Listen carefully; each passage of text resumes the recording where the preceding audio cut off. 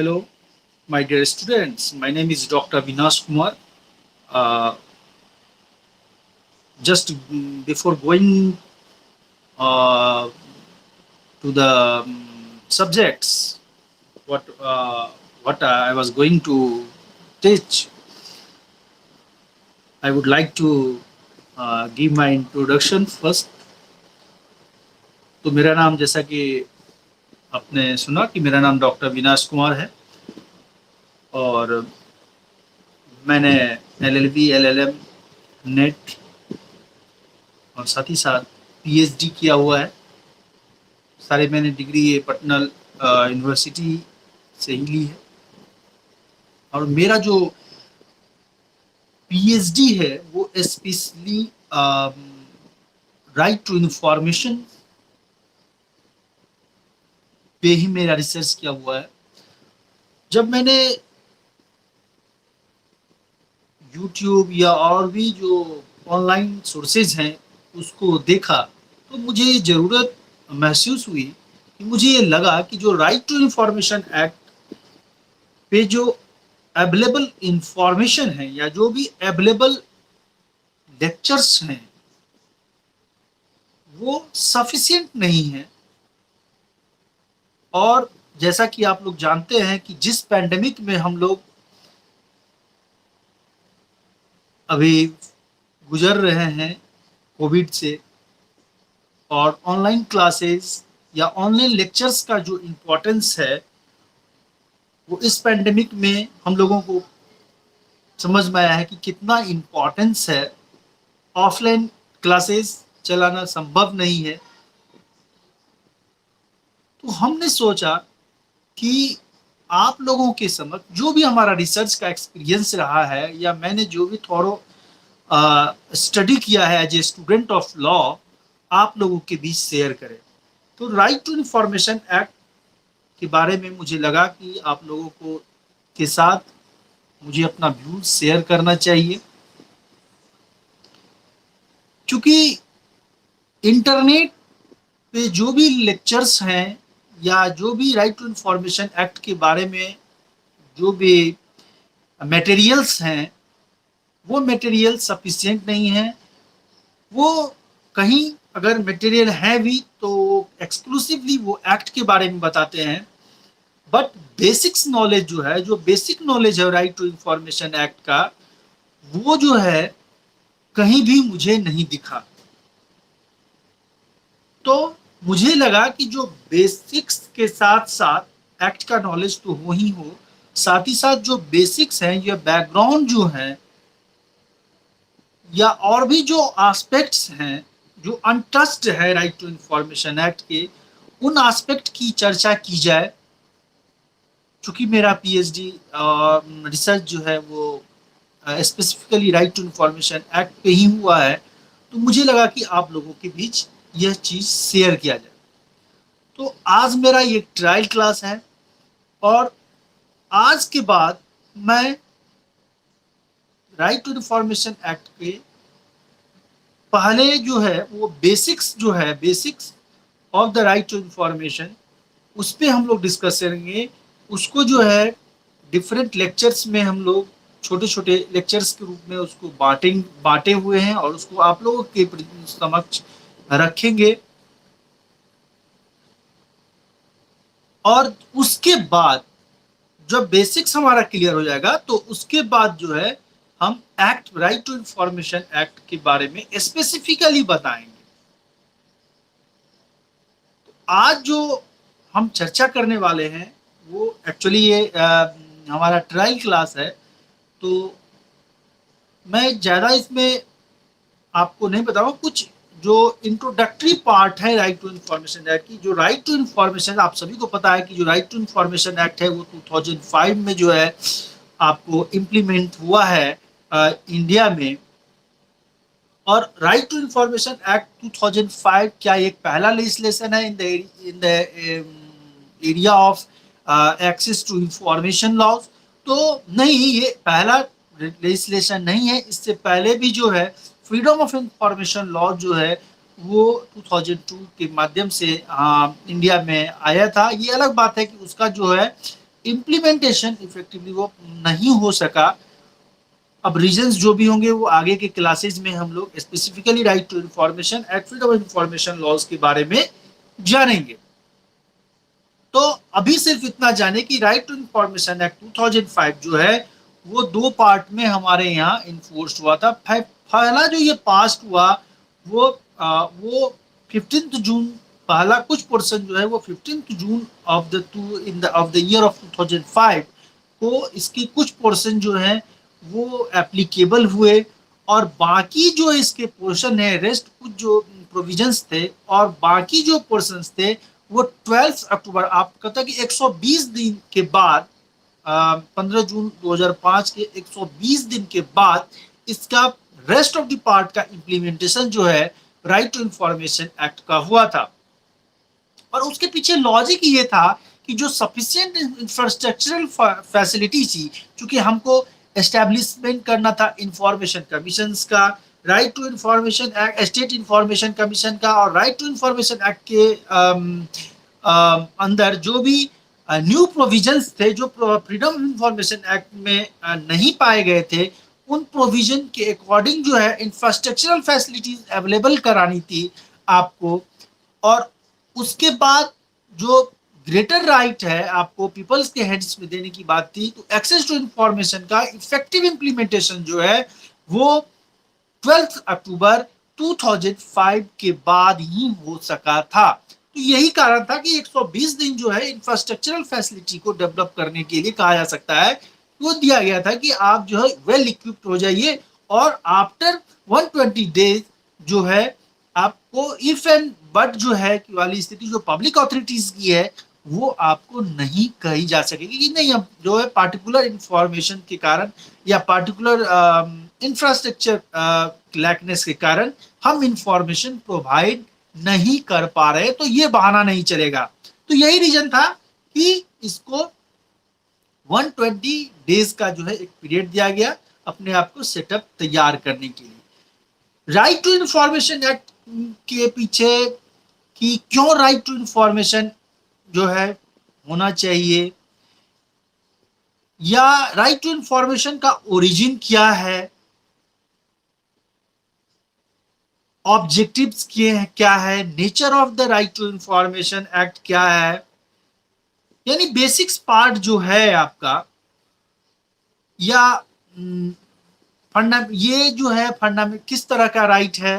Right to information act fundamental right है, constitutional right है, या लीगल राइट है, या स्टैट्यूटरी राइट है, जो किस तरह का राइट है, और किस तरह के इंफॉर्मेशन पूछने चाहिए, और एक्सक्लूसिवली एक्ट के बारे में एक एक चीज का डिटेल इंफॉर्मेशन, चाहे वो इंफॉर्मेशन का डिफिनेशन हो, पब्लिक ऑथोरिटी का डिफिनेशन हो, या उससे जुड़ी जानकारी हो, या पब्लिक या रिकॉर्ड्स के बारे में हो, या थर्ड पार्टी इंफॉर्मेशन हो, और सबसे मोस्ट इंपॉर्टेंट जो दो चीज है राइट टू इंफॉर्मेशन एक्ट 2005 की, वो suo motu disclosure policy, suo motu disclosure provision जिसको प्रोएक्टिव इंफॉर्मेशन कहते हैं, और दूसरा जो है इसका एग्जेम्पशन क्लाउज।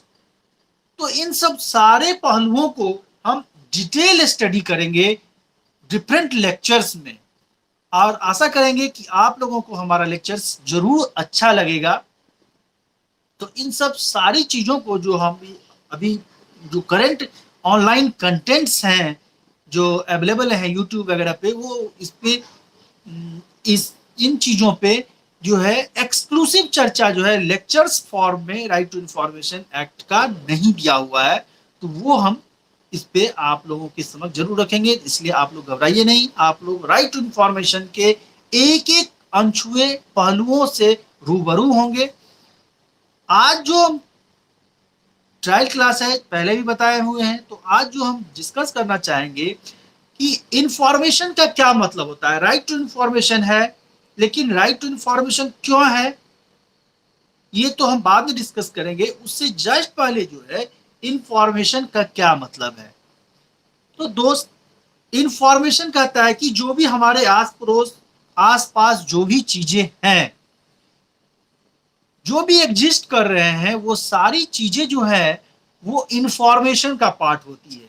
चाहे इंफॉर्मेशन वो नॉलेज जो है, नॉलेज रिसीव थ्रू न्यूज़पेपर हो, या knowledge receive through any research हो, डेटा हो, या कम्युनिकेशन ऑफ डायलॉग हो।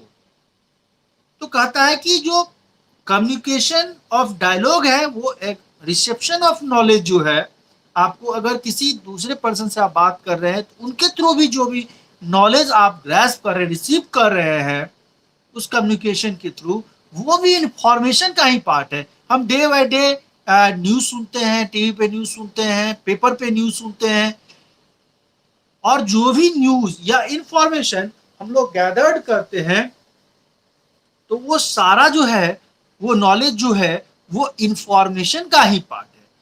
तो अगर इन जनरल वे में बात किया जाता है, किया जाए, तो इंफॉर्मेशन का एक वाइडर मीनिंग हो जाएगा। हाँ, ये अलग बात है कि जब हम लोग राइट टू इंफॉर्मेशन एक्ट 2005 पढ़ेंगे, तो इसका जो वाइडर स्कोप ऑफ इंफॉर्मेशन है उसको एक पार्टिकुलर फॉर्म में कन्फाइंड कर दिया गया है, और इंफॉर्मेशन जो है वो रिकॉर्ड के फॉर्म तक ही बात की गई है कि इंफॉर्मेशन जो है, उस तरह के इंफॉर्मेशन को आप ले सकते हैं। किससे ले सकते हैं? तो पब्लिक ऑथोरिटी से ले सकते हैं। और पब्लिक ऑथोरिटी क्या होगा, ये आगे हम लोग डिस्कस करेंगे। तो पब्लिक ऑथोरिटी के पास जो इंफॉर्मेशन रिकॉर्ड के फॉर्म में है, this is very important thing कि which you have to note, कि जो रिकॉर्ड के फॉर्म में है। ऐसा नहीं कि आप जो है कुछ भी इंफॉर्मेशन आप डिमांड करते, जो इंफॉर्मेशन अवेलेबल इंफॉर्मेशन रिकॉर्ड के फॉर्म में है, उस तरह के इंफॉर्मेशन को आप या कोई भी पब्लिक जो है, सिटीजन्स जो है, वो अवेल एक्सेस कर सकती है।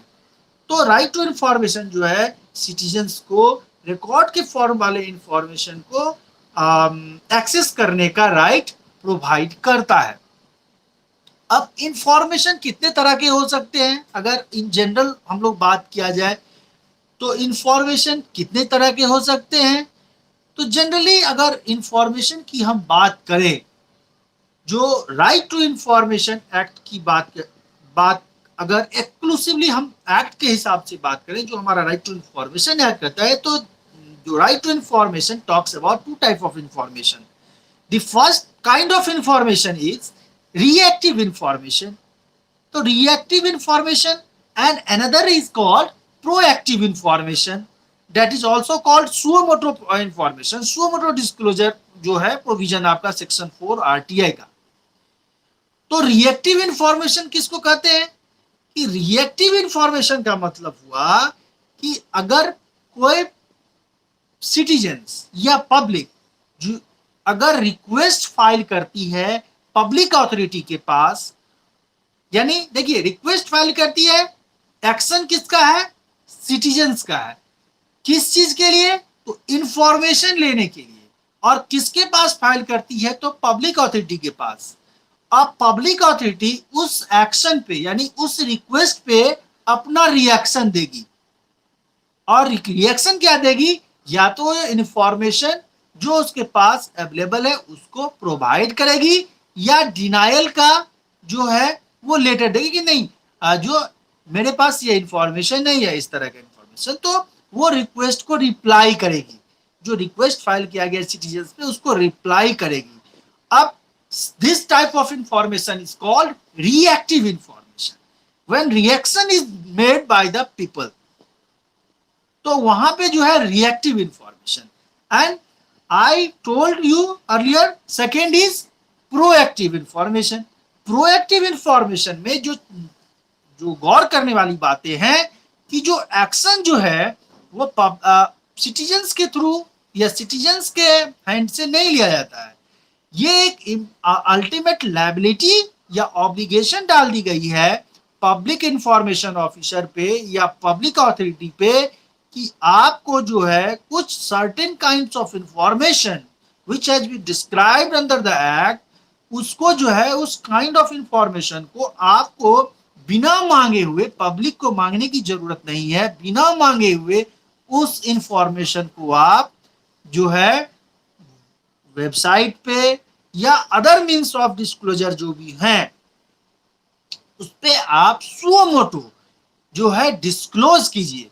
आप इसका वेट मत कीजिए कि कोई पब्लिक जो है रिक्वेस्ट फाइल करेगी तब हम इंफॉर्मेशन प्रोवाइड कराएंगे। तो उस तरह के इंफॉर्मेशन को प्रोएक्टिव इंफॉर्मेशन कहते हैं।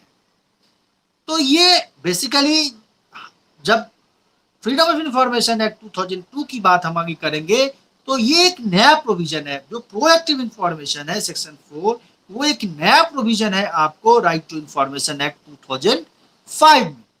ये आगे हम लोग इसको डिस्कस करेंगे। कहीं कहीं देखिएगा कि एक थर्ड टाइप का भी जो इंफॉर्मेशन होता है, विकीलीक्स टाइप का इंफॉर्मेशन जो होता है, या जो विसल ब्लोअर के थ्रू जो इंफॉर्मेशन लीक हो जाता है वो पब्लिक के बीच, तो वो इस दोनों टाइप के इंफॉर्मेशन से एक अलग टाइप का इंफॉर्मेशन होता है। ना हो तो वो रिएक्टिव इंफॉर्मेशन होता है और ना ही वो प्रोएक्टिव इंफॉर्मेशन होता है। तो वो एक थर्ड नेचर का जो है आपको विसल ब्लोअर्स के थ्रू लीक होता है इंफॉर्मेशन, या जो है वो जो स्पाइंग एजेंसीज वगैरह हैं या जो मीडिया हाउसेज हैं वो उस तरह के इंफॉर्मेशन को कहीं से गैदर करते हैं और वो पब्लिक के इन फ्रंट आता है। तो उस तरह के इंफॉर्मेशन विकीलीक्स वगैरह में आपको होते हैं। लेकिन बेसिकली जो हम लोग इंफॉर्मेशन की यहाँ स्टडी करेंगे केवल दो तरह के, reactive information and proactive information. तो आज का जो लेक्चर है ट्रायल क्लास था, ट्रायल लेक्चर है, तो हम इतने पे ही कंक्लूड करेंगे। आई होप कि आप लोगों को अच्छा लगा होगा, और अगर अच्छा लगे तो नेक्स्ट लेक्चर अपलोड करने से पहले हम जानना चाहेंगे कि आप इसको कितना लाइक करते हैं, कितना शेयर करते हैं, सब्सक्राइब करते हैं। तो मेरा भी जो मोटिवेशन होगा और हम आगे और बेहतर तरीके से आप लोगों को basics of RTI act and different aspects of RTI act को चर्चा करें। Thank you.